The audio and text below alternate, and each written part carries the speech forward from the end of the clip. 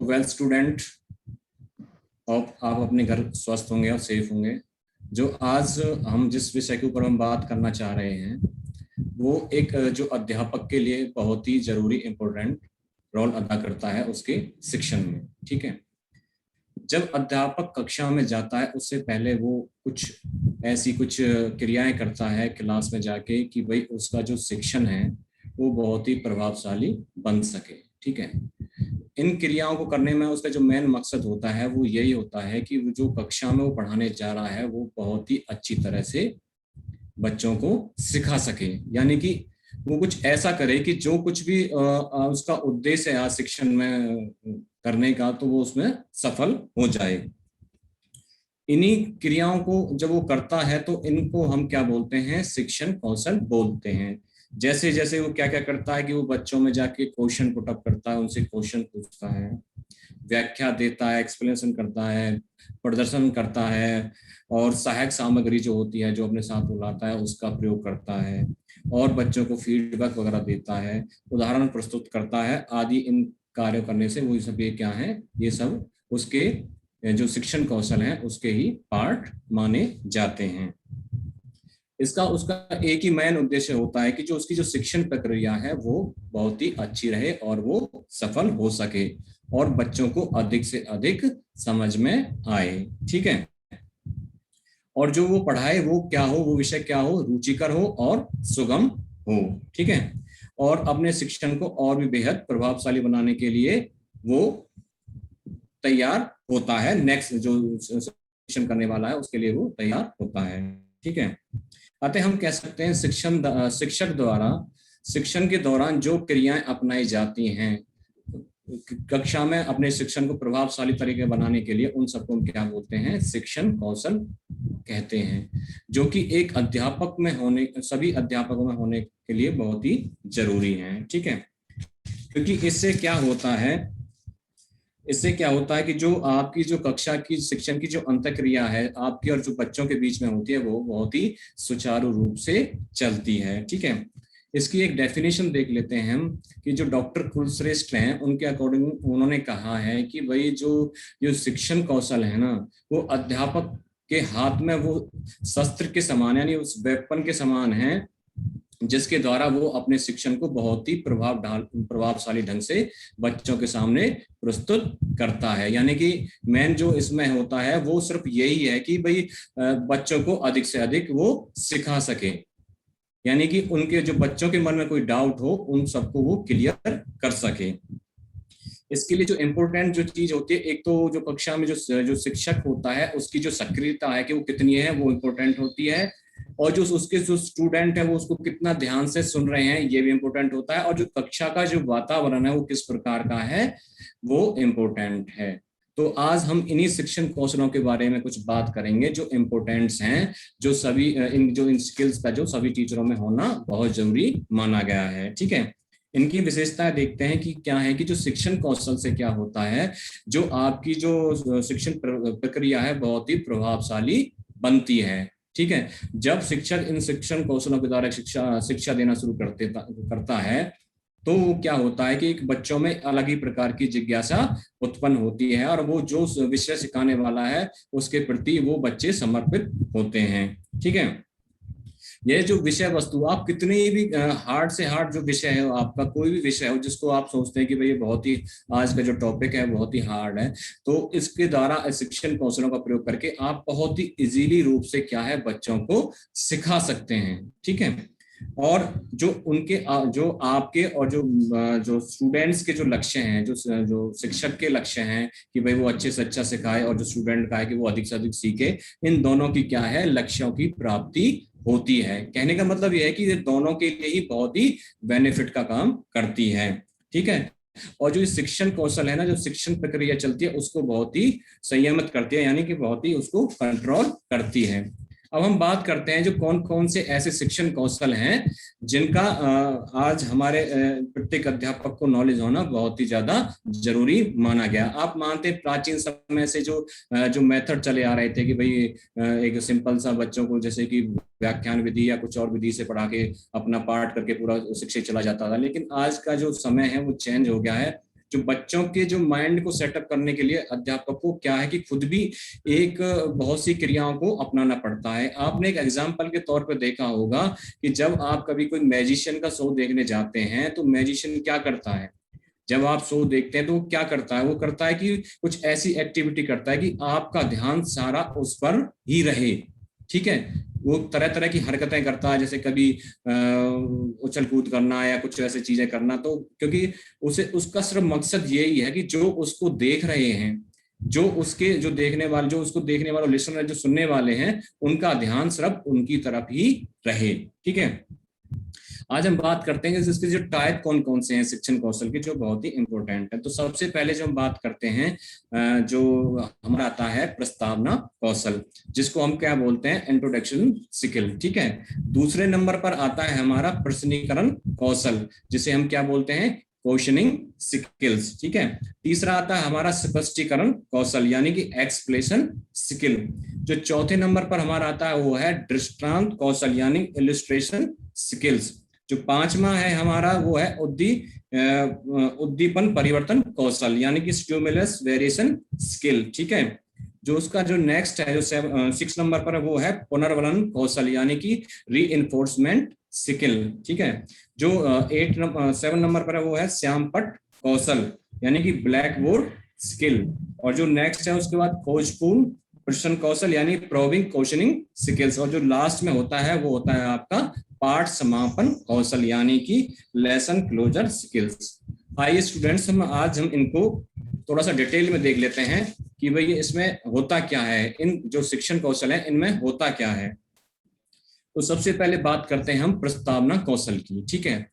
जैसे कहते हैं ना कि भाई जिसका जो शुरुआत अच्छी होती है उसका जो एंड है वो बहुत ही अच्छा होता है, ठीक है। इसको हम, इस स्किल्स को हम क्या बोलते हैं, जब अध्यापक कक्षा में प्रवेश करता है और जिस विषय को वो पढ़ाने वाला होता है तो उसके पहले वो क्या क्या क्या करता है, उस विषय के बारे में थोड़ा सा इंट्रो बच्चों के सामने रखता है। यानी कि वो अभी जो विषय के जो पढ़ाने वाला होता है, जो विषय रखता है बच्चों के सामने, उसको वो इंट्रो के रूप में रखता है और उनसे क्या करता है कि कुछ क्वेश्चन वगैरह पुटअप करता है कि जो विषय वो पढ़ाने वाला है कि उस विषय के रिलेटेड बच्चों में कितना ज्ञान है या नहीं है।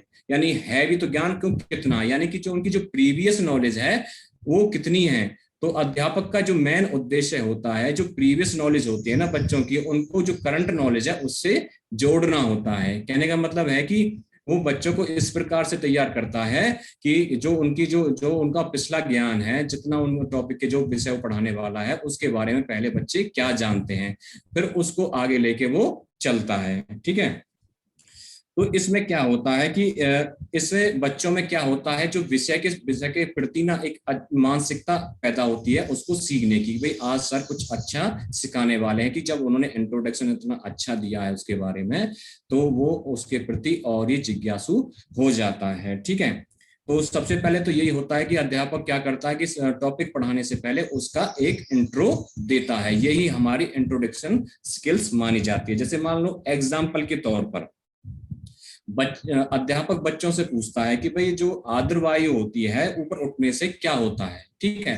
तो बच्चे जवाब देते हैं सर ठंडी होती है। फिर अध्यापक आगे प्रश्न करता है कि भाई जब आर्द्रवायु किस रूप में बदल जाती है, जब वो ठंडी होती है तो किस रूप में बदल जाती है। तो बच्चे जवाब देते हैं सर छोटी बूंद में। यानी कि अध्यापक को लगा कि भाई इनको नॉलेज, वो चेक कर रहा है अध्यापक छात्रों की इस विषय के ऊपर कितनी नॉलेज है।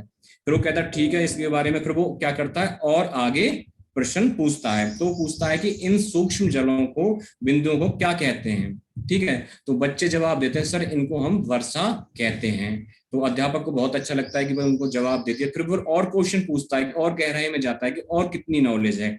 तो बच्चों से पूछता है कि अच्छा बताओ कि जो वर्षा होती है वो कैसे होती है।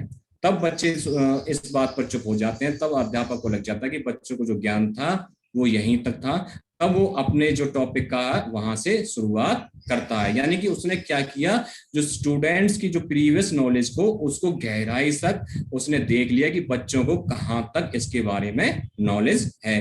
तब वो शुरू कर सकता है कि आज हम क्या पढ़ेंगे, जो वाटर साइकिल का है वो कैसे होता काम करता है उसके बारे में हम आज पढ़ेंगे। ये हो गया इंट्रोडक्शन। इंट्रोडक्शन वो क्या है, कोई एग्जाम्पल देके भी कर सकता है, कोई कविता देके भी, कोई कहानी सुनाकर भी इससे हम इंट्रोडक्शन शुरू कर सकता है। ठीक है, इसका जो उद्देश्य है वो उद्देश्य क्या है, जो हम इंट्रोडक्शन स्किल यूज करते हैं, इसके उद्देश्य क्यों क्या होते हैं। ये होता है कि भाई जो हम पढ़ाने जा रहे हैं उसके प्रति बच्चों को क्या है, आकर्षण लाने के लिए, यानी कि वो बच्चों को जो इंटरेक्ट है वो अपने विषय के ऊपर आगे बढ़े, इसके लिए हम इसके लिए यूज करते हैं। बच्चों को कहानी, लेख, कुछ भी ऐसा सुना के हम जो विषय पढ़ाने जा रहे हैं उसका इंट्रो बहुत ही अच्छी तरह सेट करते हैं। ठीक है, अभी हमने जैसे बात करी, जो बच्चों की जो प्रीवियस नॉलेज है उसको हम करंट नॉलेज से जोड़ते हैं। जैसे हमने अभी क्वेश्चन पुटअप किया बच्चों से भी, कहां तक उसको नॉलेज है, तब हम आगे जाके टॉपिक को फिर शुरुआत करते हैं। और जब प्रस्तुत पाठ में उसमें क्या होता है, जो बच्चे की रुचि उसमें बढ़ जाती है। ठीक है, तो इसमें जो घटक है, जो इसके जो कंपोनेंट्स हैं, वो हमें क्या क्या देखने चाहिए। जो छात्र के पूर्ण ज्ञान से संबंधित प्रश्न करेगा, यानी अध्यापक को चाहिए जो टॉपिक वो पढ़ा रहा है उसे, जो छात्र को जो पूर्व नॉलेज है उसी से रिलेटेड टॉपिक पे क्वेश्चन करने चाहिए, यानी कि अनदर टॉपिक पर उसे प्रश्न नहीं करने हैं। जो टॉपिक वो पढ़ाने वाला है सिर्फ उसी टॉपिक के बारे में वो कक्षा में अपने क्वेश्चन तैयार करेगा। ठीक है, और जो प्रश्नों की जो श्रृंखला है उनको क्या करेगा, लयबद्ध करेगा, यानी श्रृंखलाबद्ध करेगा, सीक्वेंस वाइज बना के क्वेश्चन पुटअप करेगा। ऐसा नहीं है कि भाई एक क्वेश्चन आपने कुछ पूछ लिया और एक क्वेश्चन कुछ और पूछ लिया, जैसे तो इन चीजों को भी हमें ध्यान रखना है कि भाई जो क्वेश्चन होंगे वो श्रृंखलाबद्ध होंगे और उसी टॉपिक से रिलेटेड होंगे। और हमें इस बात का ध्यान रखना है कि जो हमें जो क्वेश्चन स्टार्ट करने हैं वो बहुत ही इंटरेस्टेड क्वेश्चनों के द्वारा ही स्टार्ट करने हैं, जो बच्चे उसमें इंटरेस्ट लें। ठीक है, हमें ज्ञात से अज्ञात की ओर बढ़ना है। ठीक है, इसमें हमें क्या करना है, जो जितना बच्चों को पता है उसके बाद जो उन बच्चों को नहीं पता उसके आगे हमें बच्चों को बताना है। ठीक है, और जिससे क्या हो कि छात्रों में जो रुचि है उसका वर्धन हो सके, यानी कि उनमें और इंटरेस्ट बढ़े। तो इसमें अध्यापक के लिए भी कोई महत्वपूर्ण फैक्ट्स हैं, और जो अध्यापक को ध्यान रखने चाहिए कि भाई बच्चों की पूर्व नॉलेज का उसे ज्ञान होना चाहिए कि वो किस स्तर के बच्चे हैं जिनको आज वो कक्षा में पढ़ाएगा। ठीक है, ये सब इंट्रोडक्शन जो स्किल्स है उसका ही महत्वपूर्ण रोल मैं आपके साथ बात कर रहा हूँ। ठीक है, जो आपके जो इंट्रोडक्शन में जो क्वेश्चन होने चाहिए वो नवीनता ज्ञान से संबंधित होने चाहिए। ठीक है, और जो प्रस्तावना के जो कौशल के जो प्रश्न हैं वो बिल्कुल ही सरल, स्पष्ट और बोधगम्य होने चाहिए, और जो उनका जो आकार है वो बहुत ही संक्षिप्त हो, यानी कि ज्यादा बड़े ना हो, और उनका जो आकार है वो बिल्कुल छोटे छोटे हों। ठीक है, और ये क्या है कि भाई जब हम एक बच्चे से क्वेश्चन पुटअप कर लेते हैं तो उसी श्रृंखला में आगे क्वेश्चनों को पढ़ाना चाहिए। जो प्रस्तावना स्किल्स में आप क्वेश्चन पूछते हैं उसके जो प्रश्न हैं वो दो अर्थ वाले नहीं होने चाहिए। जैसे मान लो आप पूछ कुछ और रहे हैं और बच्चे समझ कुछ और रहे हैं उस क्वेश्चन को, तो इस प्रकार के क्वेश्चन भी हमें नहीं पूछने हैं। और जो इनकी जो स्किल्स में जो प्रश्नों की जो संख्या है वो लगभग 3 से या 5 के बीच में होनी चाहिए, यानी कि इससे ज्यादा नहीं होनी चाहिए। ये ध्यान रखना, ये कई बार क्वेश्चन पूछा जा चुका है कि भाई जो आपका इंट्रोडक्शन स्किल्स होता है उसमें हम कितने क्वेश्चनों को रख सकते हैं। तो जो हमारे दर्शन शास्त्री वगैरह हुए हैं, एक्सपर्ट हुए हैं, उन्होंने इनकी संख्या कम से कम 3 होने चाहिए और ज्यादा से ज्यादा 5, यानी कि इनके बीच में ही संख्या होनी चाहिए।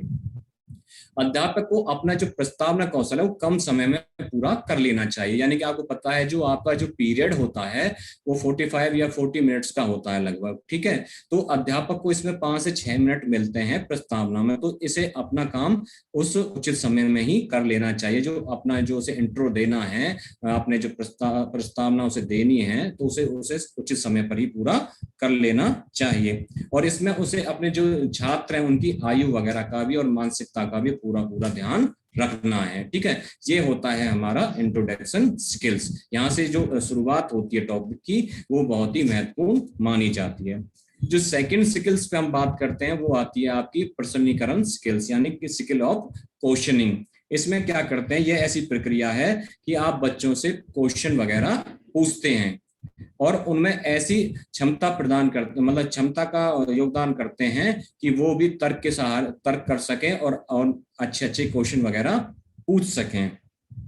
इसमें जो टीचर के जो उद्देश्य है वो छात्रों में तर्क करने की जो क्षमता है उसको प्रदान करना है। ठीक है, जो सेकंड है कि भाई इसमें छात्रों से क्या है, उचित समय पर उचित गति से ही प्रश्न सिखाने की कला को सिखाया जाता है कि भाई कैसे प्रश्न किस लय से पूछा जाता है और किस गति से पूछा जाता है, उसका भी हम स्किल्स के द्वारा बच्चों को सिखाते हैं। जो निर्धारित समय है उसमें कितने क्वेश्चन पूछे जाएं, इस कला में भी छात्रों को क्या करते हैं, माहिर करते हैं। जैसे मान लो छात्र जो उन क्वेश्चनों का जवाब बड़ी सहजता से दे सके, इन स्किल्स का हमें बच्चों में धारण मतलब उसमें विकास करना है। जैसे मान लो बच्चों से अध्यापक क्वेश्चन करता है, एक एग्जांपल लेके चलते हैं कि भाई वो बच्चों से पूछता है कि भाई जो हम कोई प्रोडक्ट वगैरह लेते हैं तो उसका भुगतान हम किस चीज से करते हैं, तो बच्चे उसका जवाब देते हैं सर हम कर सकते हैं उसका रुपीज से यानी पैसों से। ठीक है, अध्यापक उनकी नॉलेज को चेक करने के लिए पूछते हैं कि अच्छा चलो जब कैश ना हुआ तो किससे पेमेंट कर सकते हैं, तो बच्चे जवाब देते हैं सर चेक से कर सकते हैं। फिर अध्यापक और गहराई में जाता है कि चलो बताओ चेक कितने प्रकार के होते हैं, तो जो छात्र हैं वो बताते हैं कि भाई 3 प्रकार के होते हैं सर, एक तो होता है धारक चेक, एक साधारण चेक और रेखांकित चेक।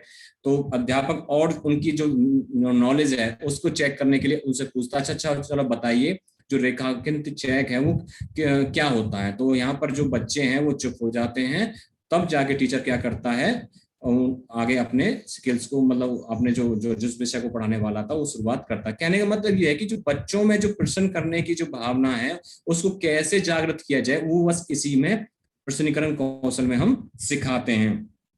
तो इसमें जो प्रश्नों की जो संरचना है वो कैसी होनी चाहिए, ठीक है, जो आपके जो क्वेश्चन होने चाहिए जो आपके टॉपिक से ही रिलेटेड होने चाहिए, जो प्रश्नों की जो जो उसमें प्योरिटी होनी चाहिए यानी वो शुद्ध होने चाहिए, प्रश्नों में विशिष्टता होनी चाहिए। ठीक है, और उचित गति से पूछे जाने चाहिए, जैसे आवाज का कितनी आवाज रखनी है, कितने समय में पूछना है, और जो क्वेश्चन पूछने का जो लय बनता है वो कैसे हमें करना है।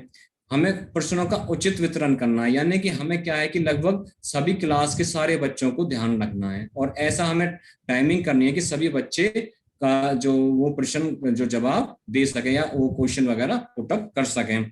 जो एक बार आप प्रश्न दोहरा चुके हैं उसको दोबारा दोहराना नहीं चाहिए। ठीक है, यानी एक प्रश्न एक बार में ही पूछना चाहिए, ऐसा ही हमें उत्तरों में करना है। और जो उचित संख्या में प्रश्नों की संख्या होनी चाहिए, यानी कि लगभग जितने आपकी कक्षा के छात्र हैं उसके हिसाब से कि भाई सबको एक एक कोई समझ में आ जाए, तो इस प्रकार से हमें उचित प्रश्नों का मतलब स्वरूप रखना है इसमें। ठीक है, और एक समय सिर्फ एक ही प्रश्न पूछना चाहिए। और जो आपको लगता है कि जो छात्र आपके कक्षा में डिस्टरबेंस पैदा कर सकते हैं, ऐसे बच्चे भी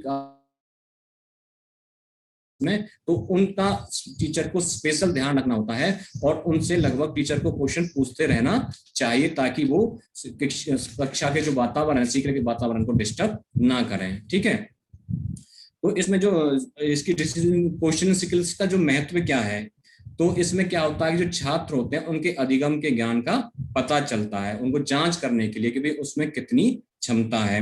जो विषय है आपको उसको उसमें रुचिकर और उत्सुकता पैदा करने के लिए आप क्या करते हैं, क्वेश्चनिंग स्किल्स का प्रयोग करते हैं। ठीक है, कक्षा में प्रश्न पूछना एक क्या कहला जाता है, मनोवैज्ञानिक कला कहा जाता है इसको। ठीक है, बच्चे इसके प्रति क्या करते हैं, आकर्षित होते हैं और बीच बीच में उनसे क्या है क्वेश्चन पुट अप करते रहना चाहिए।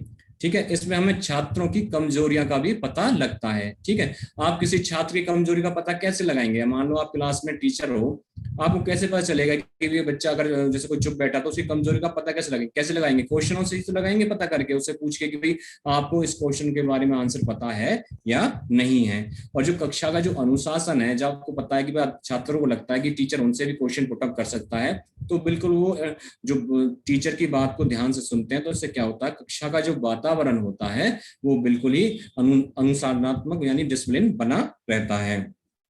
इसमें छात्रों को क्या फायदा होता है, उसमें क्या होता है कि उनको जो क्रियाशील बने रहने की क्षमता का विकास होता है। ठीक है, उनमें तर्क शक्ति का विकास होता है, उनमें आत्मविश्वास की भावना का प्रेरणा मिलती है उनमें। ठीक है, अब अच्छे प्रश्न की विशेषता क्या होती है, कुछ एक्सपर्ट ने जो हमें बताया मतलब जो इनका सुझाव दिया है कि भाई कैसे होने चाहिए, जो कक्षा में जो प्रश्न होने चाहिए वो किस प्रकार के होने चाहिए, मतलब उसके बारे में हम देख लेते हैं कि भाई जो प्रश्न है ना, जो जो छात्र हैं आपकी, जो जिसे आप पढ़ाने वाले हैं, उनकी आयु वगैरह और जो मानसिकता है उनको ध्यान में रखकर ये तैयार किया जाना चाहिए, ठीक है। और उनकी जो भाषा वो सरल होना चाहिए, और जो विषय आप पढ़ा रहे हैं उसी से रिलेटेड होना चाहिए। प्रश्नों का आकार उचित होना चाहिए, ठीक है। छात्रों को प्रेरित करने वाले हो, यानी कि उनको गाइड करने वाले हो, और दो अर्थ वाले ना हो। इसके बारे में हम बात कर चुके हैं कि उनका कोई दो अर्थ ना निकलता हो, ठीक है। जैसे उस दिन हमें सर ने बताया था कि भाई जो आपने 3 इडियट्स मूवी देखी थी, कि भाई उसमें जो चमत्कार वर्ड यूज करता है, तो ऐसे वर्ड्स को भी हमें यूज नहीं करना कि दो अर्थ उसके निकले हैं, ठीक है। जो प्रश्नों की जो भाषा व्याकरण जो शुद्ध होना चाहिए, यानी कि जो उनकी लैंग्वेज है वो बहुत ही ज्यादा शुद्ध होनी चाहिए। कहने का मतलब ये है कि जैसे मान लो, अगर जैसे अध्यापक पूछता है कि भाई पर्वतों से नदियां निकलता है, ठीक है, तो निकलता नहीं, निकलती है। कहने का मतलब है कि हमें जो व्याकरण की दृष्टि से इसका उच्चारण सही करना है, यानी कि पर्वतों से नदियां निकलती हैं, ठीक है, निकलता नहीं है। तो इस चीज का जो व्याकरण दोष है वो हमें भी ठीक तरह से देखना है कि ऐसे प्रश्न हमसे पूछे ना जाए बच्चों से, और अधूरे प्रश्न न हो, ठीक है। इससे क्या है, जो छात्र क्या है कि उनको जो विचार है उनको उनके लिए वो अभिप्रेरित करेगा, उनको सोचने के और दिशा निर्देश वगैरह देगा, जो ऐसे स्किल्स क्या होता है। और छात्रों को स्वयं मूल्यांकन करने का भी अवसर मिलता है, और उसमें क्या होता है, उसमें जो आत्म व्यक्ति और आत्मविश्वास की भावना का उदय होता है, और बच्चे क्या होता है, जागरूकता होते हैं क्वेश्चनिंग स्किल्स के प्रति। तो हमने ये देखा क्वेश्चन स्किल्स क्या होता है, ठीक है। अब हम बात करते हैं स्पष्टीकरण कौशल, जो हमारा जो नेक्स्ट कौशल है उसको हम बात करते हैं स्पष्टीकरण कौशल, जिसको हम बोलते हैं एक्सप्रेशन स्किल्स। देखिए देखो, जब अध्यापक कक्षा में जाता है उसने इंट्रोडक्शन सही रख दिया, क्वेश्चनिंग जो स्किल्स है उसका भी प्रयोग कर लिया। अब बात आती है जो विषय वो पढ़ाने जा रहा है उसके बारे में अच्छी तरह से स्पष्ट रूप से वो व्याख्या कर सके, यानी कि जो टॉपिक है उसके जो विशेष जो तत्व हैं उनको बच्चों के सामने ला सके। यानी कि कह सकते हैं कि जो स्पष्टीकरण होता है ना, जो निचोड़ होता है कि भाई आज ये टॉपिक हमने ये जाना, तो उस चीज का हम किस में प्रयोग करते हैं, स्पष्टीकरण कौशल में, यानी कि एक्सप्लेशन में। हम बच्चों को इस तरह से एक्सप्लेशन करते हैं कि उनको अच्छी तरह से समझ में आ जाए, उनको कोई भी डाउट ना बचे। इसमें एक टीचर क्या करता है, अपने भावों को और अर्थों को स्पष्ट करता है बच्चों के सामने, ठीक है, जो भी टॉपिक वो पढ़ा रहा है, ठीक है। इसे उनकी एक कला भी कहा जाता है, स्पष्ट करने की कला भी कहा जाता है। इसे छात्र क्या है, सरलता से समझ जाते हैं, ठीक है। और जो अध्यापक है इसका उसको क्या करना पड़ता है कि विषय वस्तु को क्रमबद्ध और सार्थक रूप से बच्चों के सामने पेश किया जाना चाहिए, ठीक है। इसमें वो 3 श्रेणियों में वो अपने जो एक्सप्लेनेशन स्किल्स को 3 श्रेणियों में विभाजित कर सकता है। एक है पहले नंबर पर कथनात्मक, जो जब वो उसके बारे में कंटेक्ट करता है, मतलब बात करता है स्टूडेंट से, फिर उसके बारे में विवरण वगैरह की बात करता है कि उसके जो डिटेल्स हैं उसके बारे में बात करता है, और लास्ट में क्या निकालता है, उसके निष्कर्ष निकालता है। तो ये सब क्या है, इसके 3 श्रेणियां कहलाती हैं, ठीक है। इसके जो घटक है वो क्या कहेंगे, वे इसमें अध्यापक को जो स्पष्टीकरण की जो कड़ियां हैं उनको समुचित प्रयोग करना चाहिए, यानी कि लयबद्ध तरीके से उसको कड़ियों को स्टूडेंट के सामने पेश करना चाहिए, ठीक है। जो उसके लास्ट में जो निष्कर्ष निकलता है उसका स्पष्ट रूप से बच्चों को समझाना चाहिए। तो कहते हैं ना लास्ट में, वेल बच्चों आज हमने ये सीखा, आज हमने ये जाना, तो ऐसी चीजों का हमें प्रयोग करना है। जो उसकी जो लैंग्वेज है, जो उसकी भाषा है उसमें धारा प्रवाह होना चाहिए, यानी कि उसमें कोई डाउट नहीं होना चाहिए। वो कोई भी लैंग्वेज इस्तेमाल करे, हिंदी करे या इंग्लिश करे या कोई भी लैंग्वेज करे, उसमें उसको अच्छी तरह धारा प्रवाह होना चाहिए, ठीक है। स्पष्टीकरण के बीच बीच में उसे बच्चों से क्वेश्चन भी पुटअप करने हैं। जब वो बच्चों को के सामने स्पष्टीकरण कर रहा हो तो उसे बच्चों के सामने भाई उसको उनको समझ में आ भी रहा है या नहीं भी आ रहा है, तो बीच बीच में उनसे वो क्वेश्चन वगैरह भी कर सकता है, ठीक है। और जो उसके जो कथनों में जो तारतम्यता यानी श्रृंखलाबद्ध होने चाहिए, और उपयुक्त शब्दों का प्रयोग करना चाहिए, ठीक है। तो ये चीज हमने देखी, इसके घटक। अब ये क्या करता है कि जो इसके उद्देश्य हैं, वो उद्देश्य क्या है स्पष्टीकरण के, क्या है उसका जो उद्देश्य होता है स्पष्टीकरण करने का, जो कठिन वर्ड होते हैं यानी कि जो कठिन एक्सप्लेनेशन होता है उनको बच्चों को बहुत ही सरल तरीके से समझाना। मेन पर्पज जो इसका होता है कि भाई टॉपिक कितना भी बहुत ही लंबा चौड़ा या हार्ड हो, उसको इस प्रकार से स्पष्ट करना कि वो प्रत्येक बच्चे की समझ में आ जाए, ठीक है। जो विषय वस्तु है उसको हम क्या रखते हैं, इसमें क्रमबद्ध रख के बच्चों के सामने रखते हैं, और इसमें हम क्या करते हैं, एग्जाम्पलों का भी प्रयोग करते हैं। ठीक है, ये होता है हमारा स्पष्टीकरण कौशल।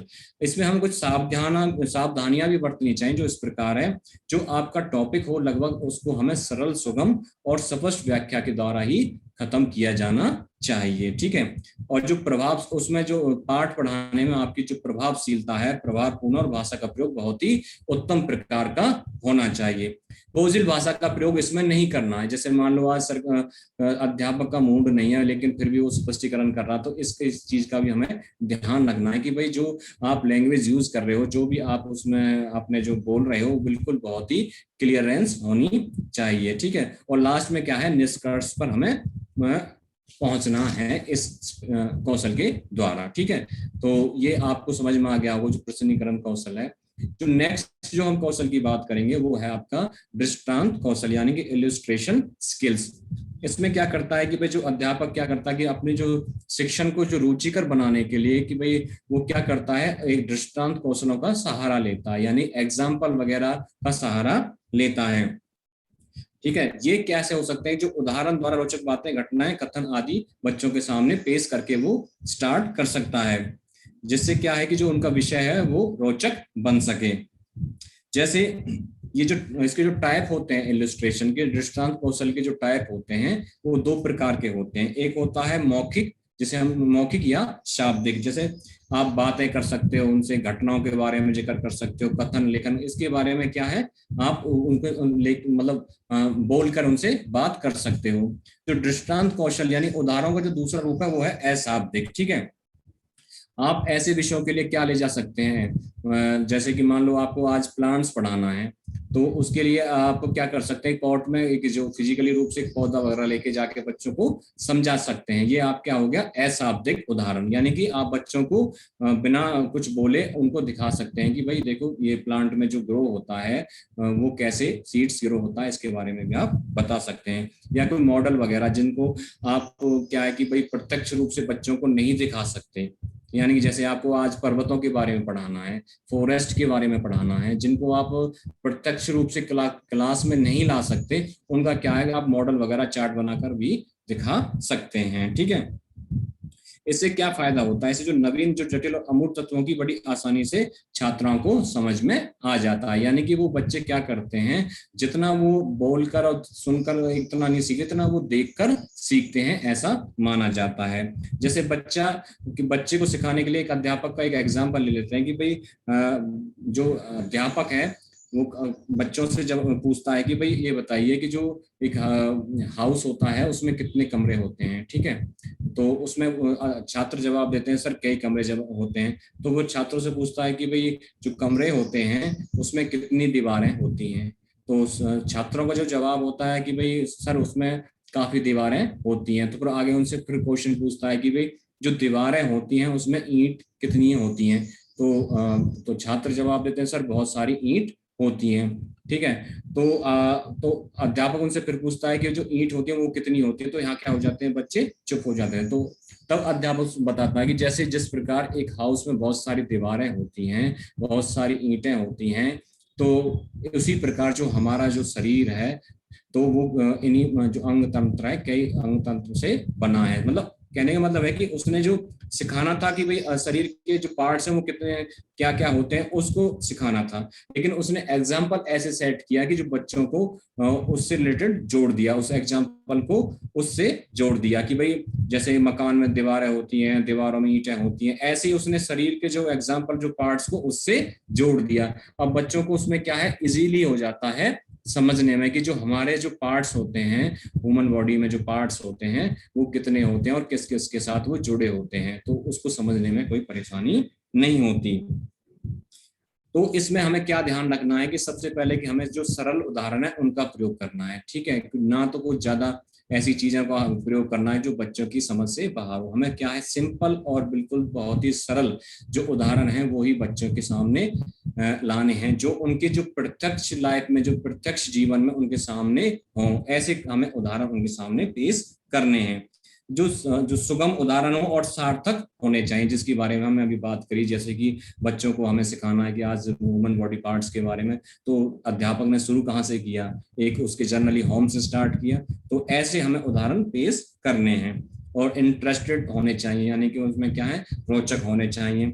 ठीक है, और जो हम जिस प्रकार का जो माध्यम का प्रयोग करें, भाई इंग्लिश में करें हिंदी में करें, उसकी जो प्रयोग भाषा है बहुत ही सरल होनी चाहिए। ठीक है, और इसमें क्या है, आगमन निगमन विधि का प्रयोग करना चाहिए, यानी इंडक्टिव और डायरेक्टिव मेथड जो होता है उसका प्रयोग हमें उदाहरणों में करना है। ठीक है, तो ये हो गया हमारा आपका इलिस्ट्रेशन स्किल्स। ठीक है, तो इसमें क्या होता है कि जो अध्यापक जो होता है ना, पाठ योजना में ही उदाहरणों को क्या कर लेता है, चयन कर लेता है। यानी कि जब वो लेसन प्लान बनाता है, जब हमने उस दिन बात करी थी, जैसे लेसन प्लान वो बनाता है, उसमें क्या करता है, वो पाठ का योजना बनाते समय ही उदाहरणों का चयन कर लेता है कि भाई इन उदाहरणों को मुझे बच्चों के सामने रखना है। ठीक है, इस उदाहरण से क्या होता है कि जो छात्र क्या है वो प्रभावशाली ढंग से सीख सकें, और जो विषय के अनुसार जो उदाहरण हो उससे संबंध रखता हो। यानी कहने का मतलब है कि जो विषय हम बार बार कह रहे हैं, जो विषय है उससे रिलेटेड हमारे एग्जाम्पल क्वेश्चन वगैरह होने चाहिए,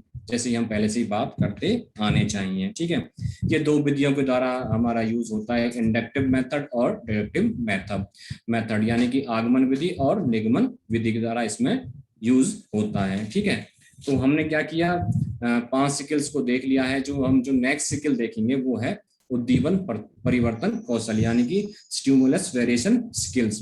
इसमें क्या करता है, जो अध्यापक होता है वो बच्चों को अपनी ओर ध्यान आकर्षित करने के लिए एक प्रकार से, जैसे मैंने आपको मैजिशियन का वो दिया था उदाहरण, इस प्रकार की हरकतें वो करता है। यानी कि कभी अपनी आवाज में ऊंची करता है, कभी धीमी करता है, कभी क्लास में वॉक करता है, कभी बच्चों से कहता है भाई इधर देखो, कभी कहता है कि भाई अपनी कॉपियां निकालो। मतलब वो इस तरह की एक्टिविटी करता है कि जो सारे छात्र हैं क्लास में उसकी तरफ ही फोकस कर सके, और सारा का सारा ध्यान वो जो शिक्षण कराया जा रहा है छात्र उस पर ध्यान दे सकें। इसमें क्या है कि जो उनके जो व्यवहार में, छात्र के व्यवहार में चेंज लाने में ये स्किल्स बहुत ही महत्वपूर्ण है।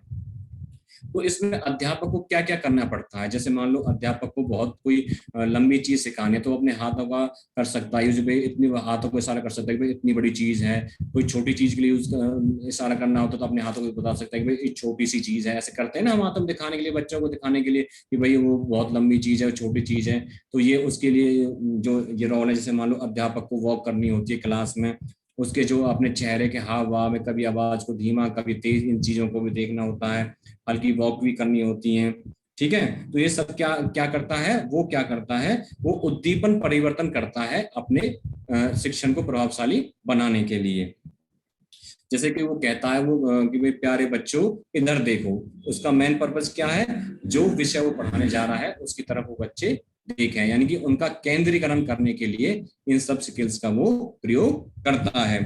ठीक है, इसमें क्या है, जो शरीर का जो संचालन है वो आवश्यक है। कहने का मतलब है कि बहुत से टीचर आपने देखा होगा कि भाई आते हैं और एक जगह खड़े होकर ही व्याख्या करके चले जाते हैं, जिससे क्या होती है, कक्षा में नीरसता आती है। लेकिन आजकल का जो टाइम है उसके अकॉर्डिंग अध्यापक को क्या है कि ये स्किल्स का भी प्रयोग करना पड़ता है। उचित हाव भाव मुद्रा वगैरह सब कुछ उसे चेंज करने पड़ते हैं, यानी कि अपनी क्लास को इंटरेक्ट रखने के लिए।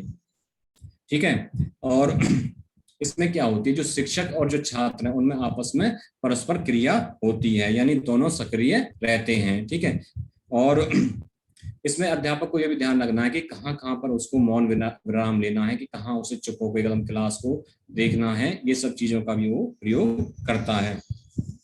विद्यार्थियों का सहयोग भी इसमें बहुत जरूरी है, वह उनसे प्रश्न पूछता है, ब्लैक बोर्ड पर लिखना, ये सब चीजें क्रियाएं इसमें आती हैं। ठीक है, तो इसमें वो क्या क्या और कर सकता है, यानी कि जो वो अपनी वाणी मैंने क्या है और थोड़ा धीमा नीचे करके इस रफ्तार से चेंज ला सकता है, अपनी आवाज में विषमता लाके इसमें सब चेंज ला सकता है। ठीक है, गति, कि भाई शिक्षण कार्य किस गति से करना है, भाई तेज स्टार्ट गति से चलना है या जैसे भी बच्चे हैं, जैसे जिस स्तर के बच्चे हैं उस हिसाब से चलना है, ये सब चीज अध्यापक को देखना पड़ता है। ठीक है, इससे क्या होता है कि जो अध्यापक का व्यवहार है वो संयम होता है। ठीक है, ये बात करी हमने उद्दीपन परिवर्तन कौशल की। जो नेक्स्ट कौशल की हम बात करेंगे वो है पुनर्वलन कौशल, जो आपके एग्जाम के रिलेटेड भी बहुत इंपॉर्टेंट है, कई बार पूछा जाता है, जिसको हम इंग्लिश में क्या बोलते हैं, री इन्फोर्समेंट स्किल। यानी कि इसमें क्या है, अध्यापक बच्चों को फीडबैक देता है। उसके जैसे कोई बच्चा प्रश्न का जवाब देता है तो अध्यापक क्या करता है, उसको फीडबैक देता है कि बहुत अच्छे बेटा, बहुत अच्छा किया आपने, वेरी गुड, ऐसे आपने सुना होगा ना, अध्यापक बच्चों को कहता है। तो इससे क्या होता है, जो छात्र होते हैं उनको भी अच्छा लगता है कि भाई जो उसने प्रश्न बताया है वो सही बताया है, क्योंकि उसे फीडबैक मिला है। ठीक है, अब क्या करता है, इस जो इस ये जो रीइंफोर्समेंट जो स्किल है, इसका जो सर्वप्रथम जो प्रयोग किया था वो स्किनर जी ने किया था, उसके बाद इसको हल जी ने आगे बढ़ाया, और ये माइक्रो टीचिंग का भी एक महत्वपूर्ण पार्ट है। ठीक है, तो इसमें पुनर्वलन का अर्थ क्या है, इसका अर्थ है पुन प्लस में बल प्रदान करना, यानी कि छात्रों को उनको प्रोत्साहित करने के लिए उनको क्या फीडबैक देना। ठीक है, अब ये कितने प्रकार का होता है, जैसे मान लो जो हमारा जो हम ये जो रीइंफोर्समेंट पुनर्वलन देते हैं वो कितने प्रकार का होता है, ये दो प्रकार का होता है। ठीक है, एक होता है धनात्मक और एक होता है ऋणात्मक, यानी कि पॉजिटिव रीइंफोर्समेंट और एक नेगेटिव रीइंफोर्समेंट। जो धनात्मक पुनर्वलन होता है वो क्या होता है, जैसे अभी मैंने समझाया कि भाई छात्र ने कोई जवाब दिया, तो उसको क्या कि भाई उसको कोई पुरस्कार दे दिया, उसको शाबाश कह दिया, बहुत बढ़िया, वेरी गुड बच्चे। ठीक है, तो इस ये भी जो धनात्मक होता है ये भी दो प्रकार का होता है, एक होता है शाब्दिक और एक होता है अशाब्दिक। शाब्दिक में हमने बात करी कि बच्चे को क्या है, उसको शाबाशी दे दी। ठीक है, और क्या नाम है, उसको क्या बोल दिया कि भाई बहुत अच्छा बेटा, बहुत बढ़िया किया आपने। जो अशाब्दिक होता है इसमें क्या करता है, टीचर उसको ना कुछ वर्ड नहीं बोलता, लेकिन उसको क्या करता है, जैसे कोई गिफ्ट दे दिया, उसको पेंसिल दे दी, भाई बहुत अच्छा तुमने इसका जवाब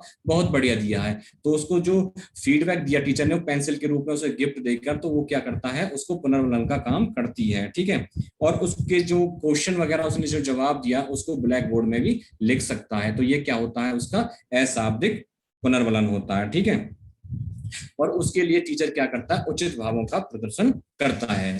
ठीक है, अब जो ऋणात्मक नेगेटिव रीइंफोर्समेंट होता है वो क्या होता है, इसमें क्या होता है कि जो गलत व्यवहार करते हैं छात्र, उन्हें रोकने के लिए जो अध्यापक है वो करता है। यानी कि जो बच्चा क्लास में गलत व्यवहार कर रहा है, गलत प्रश्न का उत्तर दे रहा है, तो उसको सुधारने के लिए वो ऋणात्मक पुनर्वलन का प्रयोग करता है। जैसे वो उनको क्या करता है, दंड देता है, उनपे गुस्सा करता है, अपना सर पकड़ लेना, सिर ऐसे करके, तो ये सब क्या होता है, ऋणात्मक पुनर्वलन है। ठीक है, ये भी दो प्रकार का होता है। शाब्दिक कौन सा होता है कि वो उनको कहेंगे मूर्ख, तुम्हें कुछ नहीं आता, बैठ जाओ, ऐसे करके भाई किताबों को मेज पर पटकना, ये सब चीज क्या है, जो है आपके शाब्दिक पुनर्वलन में आते हैं। ठीक है, जो अशाब्दिक होते हैं तो उसमें क्या होता है कि जो अशाब्दिक पुनर्वलन होता है, जो नेगेटिव, इसमें जो ऋणात्मक पुनर्वलन में, उसमें क्या करता है, जो अध्यापक क्या होता है उसे गुस्से की तरफ देखता है और उसे बैठने के लिए इशारा करता है, तो ये क्या होता है, आपका नेगेटिव रीइंफोर्समेंट होता है। तो हमें इन चीजों का भी ध्यान रखना पड़ता है कि भाई जो हम जब रीइंफोर्समेंट देते हैं बच्चों को, उसको हम किस प्रकार से देना चाहिए। ठीक है, तो इसमें हमें ध्यान रखना कि उचित समय पर ही हमें उचित पुनर्वलन देना चाहिए, यानी कि ऐसा नहीं कि भाई 100% पर आप बच्चों को फीडबैक देते रहें, तो हमें ऐसा नहीं करना चाहिए। योग्य छात्रों के लिए, यानी कि आप सिर्फ उन्हीं छात्रों का चयन करेंगे जो आपके साथ अच्छा सहयोग और अच्छा व्यवहार कर रहे हैं, तो उनको ही हमें पुनर्वलन देना है। ऐसा ना हो कि भाई आप पुनर्वलन को हर छात्र को ही बांटते फिर, ऐसा नहीं होना चाहिए, और इनका बहुत ही सावधानी पूर्वक प्रयोग करना चाहिए। और जहां तक हो सके, जैसे इसके दो पार्ट होते हैं, दो रूप होते हैं, एक ऋणात्मक और एक क्या होता है आपका जो सकारात्मक, हमें सकारात्मक जो पुनर्वलन है उसका अधिक से अधिक प्रयोग करना है। जो नेगेटिव रीइंफोर्समेंट है उसका जो दर वगैरह देना, उनसे अशाब्दिक वगैरह कुछ कहना, ये चीजों का प्रयोग हमें कम से कम करना है। ठीक है, और छात्रों का जो हमें सुझाव है उसका हमें समर्थन करना है। तो ये चीज होगी हमारी रीइंफोर्समेंट स्किल में। ठीक है, बस लास्ट में दो और बच्चे हैं, वो थोड़ा सा देख लेते हैं, टाइम थोड़ा सा शॉर्टेज है, लेकिन फिर भी ये जल्दी से टॉपिक हमारा क्लियर हो जाएगा। जो आपका टॉपिक है इसमें, यूनिट 3 में जो क्वेश्चन है ना, स्किल ऑफ टीचिंग्स का, तो लगभग हमारा क्लियर हो जाएगा। जो नेक्स्ट जो स्किल्स है वो है हमारा श्यामपट्ट कौशल, यानी ब्लैक बोर्ड स्किल्स।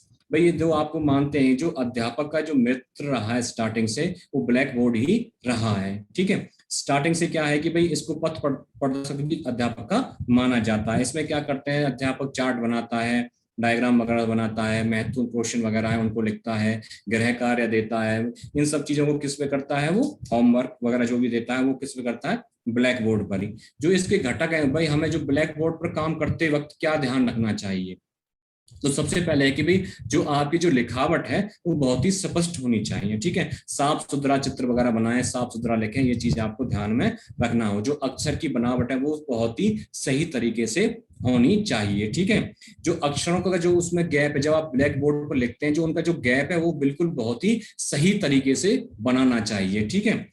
अक्षरों का जो आकार है बिल्कुल एक जैसे ही बनाना चाहिए, ऐसा नहीं कि भाई कहीं अक्षर आपने छोटा बना दिया और कहीं अक्षर आपने बड़ा बना दिया, ठीक है। और जो लाइन आप लिखते हैं ब्लैक बोर्ड पर वो बिल्कुल सीधी होनी चाहिए, ठीक है। जैसे लाइन कहीं जहां खत्म हो जाती है वहां से हटा के नीचे बिल्कुल नीचे वाली लाइन से स्टार्ट करना चाहिए, ठीक है। और ब्लैक बोर्ड पर हमें ध्यान रखना है जो आवश्यक तत्व हैं सिर्फ हमें उनको ही लिखना है, ठीक है, ठीक है। और जो भी आप लिख रहे हैं उसमें सीक्वेंस वाइज होना चाहिए, ठीक है, जैसे कि 1 2 3 करके हम लिखते हैं ना, तो ऐसे हमें सीक्वेंस वाइज लिखना चाहिए। और जो श्रृंखला टूटनी नहीं चाहिए। और ऐसा भी नहीं है कि जब आप ब्लैक बोर्ड पर लिखते हैं तो आपका ध्यान थोड़ा ब्लैक बोर्ड की तरफ और थोड़ा क्लास की तरफ होना चाहिए, यानी हमें इस तरह से खड़ा होना है कि जो आप कक्षा को भी देख सकें और ब्लैक बोर्ड पर भी लिख सकें, ठीक है। इसमें क्या होता है कि जो छात्र होते हैं वो सीखने में दक्ष बन जाते हैं और उनका सारा ध्यान किस पर रहता है, ब्लैक बोर्ड पर ही होता है जब आप उस पर पढ़ा रहे होते हैं। तो ये हमारा श्यामपट्ट कौशल यानी कि ब्लैक बोर्ड स्किल्स कंप्लीट होता है, ठीक है। अब एक लास्ट में बचता है जब जिसे हम किसे बोलते हैं, खोजपूर्ण प्रश्न कौशल, ठीक है, जिसे हम बोलते हैं प्रॉब्लम क्वेश्चन स्किल्स। इसमें क्या करते हैं, जब बच्चा कोई गलत जवाब दे रहा होता है, ठीक है, तो छात्र के लिए बड़ी मुश्किल, अध्यापक के लिए बड़ी मुश्किल होती है कि भाई उस बच्चे को कैसे समझाया जाए, ठीक है। तो वो क्या करता है, उस बच्चे से प्रश्न पे प्रश्न करता है ताकि जो आंसर है उसी बच्चे से निकलवा सके। कहने का मतलब है कि बच्चे में ऐसे गट्स पैदा कर देता है कि बच्चा खुद ही उस प्रश्न का जवाब खुद ही देना सीख जाता है। तो इसे हम बोलते हैं कि भाई इसे हम बोलते हैं प्रोबिंग क्वेश्चन स्किल्स यानी खोजपूर्ण कौशल शिक्षण, ठीक है। यानी कि बच्चों से ही हमें क्या करना है, क्वेश्चन का जवाब लेना है, ठीक है। ये क्या करता है, ये प्रश्न छात्रों को किसी एक समस्या के विभिन्न पहलुओं पर गहराई तक पहुंचने में सहायता प्रदान करता है। यानी कि अगर बच्चे को प्रश्न का जवाब आता भी नहीं है तो अध्यापक उसको इस प्रकार से गाइड करता है कि वह खुद ही बच्चा उस प्रश्न के उत्तर देने के लिए तैयार हो जाता है, ठीक है। जैसे मान लो एक अध्यापक बच्चे से पूछता है कि भाई बताओ भाई जो हमारा जो पृथ्वी है उसका आकार कैसा है। अब बच्चे ने जवाब दिया सर वर्गाकार है, ठीक है। तो अध्यापक उसको समझाने के लिए कहता है अच्छा बेटा ऐसा नहीं है। तो वो कहता है अच्छा ये बताओ जो तुम्हारे पास जो गेंद है वो कैसी है। तो बच्चा कहता सर ये तो गोल है। तो अध्यापक कहता है अच्छा बेटा मैंने उस दिन बताया था ना कि जब आपकी गेंद है उसी प्रकार जो हमारी पृथ्वी है उसका आकार भी कैसा है, गोल है। तो क्या करता है बच्चे टीचर अध्यापक छात्रों को क्या देता है, हिंट पे हिंट देता है कि भाई वो क्या कर सके, वो अपने आंसर को रिकॉल कर सके, ठीक है। यही इसमें महत्वपूर्णता है। इसमें क्या करता है जो अध्यापक प्रश्न पूछने के लिए उन्हें क्या देता है, संकेत देता है, ठीक है।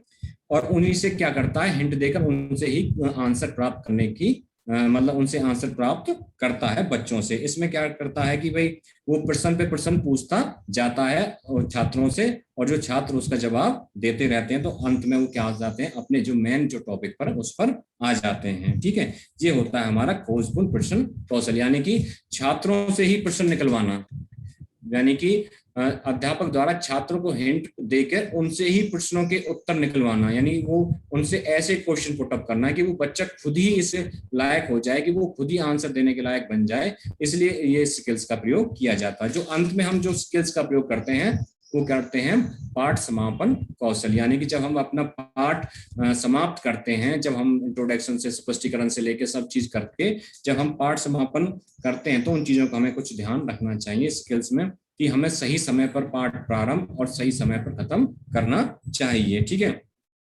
जो विषय हमें पढ़ाया है पूरे पीरियड उसके विषय में लास्ट में हमें तो हम बच्चों से ये कहना चाहिए कि भाई अच्छा वेल बच्चों हमने आज ये पार्ट को पढ़ा है, ठीक है।